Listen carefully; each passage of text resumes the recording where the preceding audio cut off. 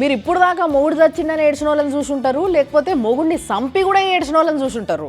కానీ మొగుడిని చంపినోడు చచ్చిపోయిండని ఎవరినన్నా ఏడ్చేటోళ్ళని చూసిర్రా? कितना दिन से जेल में था?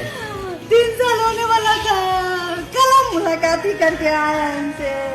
कौन केस में था? 302 में था। किसका मर्डर किया था? मेरे हस्बैंड के मर्डर केस में था। जेल में आप भी थे? हाँ, हम निकल गए थे, यही जेल कराया था। ఈమెనట లవర్తోనే కలిసి మొగుడిని చంపి జైలుకు పోయిందట. మొన్న ఫిబ్రవరి వరకు కూడా ఈయన జైల్లోనే ఉండేనంట. ఫిబ్రవరిలో బయటికి వచ్చిందట. కానీ ఆ లవర్ మాత్రం ఇంకా జైల్లోనే ఉన్నాడట. ఇక జైల్లో ఉన్న ఆయనతో కూడా మొన్ననే ములాఖాత్లో కలిసి మాట్లాడి వచ్చిందంటే అప్పుడు బాగానే ఉన్నాడు, ఇప్పుడు ఎట చచ్చిపోయిండు నా లవరో అని ఏడుస్తూ ఉన్నది ఈమె. మీరు ఆమె ఏడుపును చూసినరా? ఆ ఏడుపు కూడా ఏడుపులాగా లేదు, నవ్వుతుందా ఇది ఏడుస్తుందా అని చాలామంది అనుకుంటుర్రు. ఒకవేళ నవ్వుతున్నట్టయితే ఎందుకు నవ్వుతుంది? ఓహో ఇద్దరు చచ్చిపోయినరు, దరిద్రమే వదిలిపోయిందని నవ్వుతుందా? లేకపోతే నేను ఇంత కష్టపడేసి లవర్ కోసం మొగుడిని చంపితే ఇప్పుడు ఆ లవర్ కూడా చచ్చిపోతే నేను ఎట్లా బతికేది అని పిచ్చిలేసి గిట్ల నవ్వుతుందా?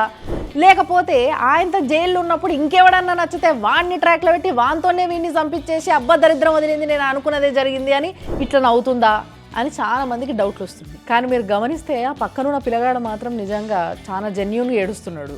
కానీ ఎందుకు ఏడుస్తున్నాడు? నా బతుకు నేను దీని కడుపులో పుట్టిన దీంతో కలిసి ఎట్లా బతకాలని ఏడుస్తున్నాడా?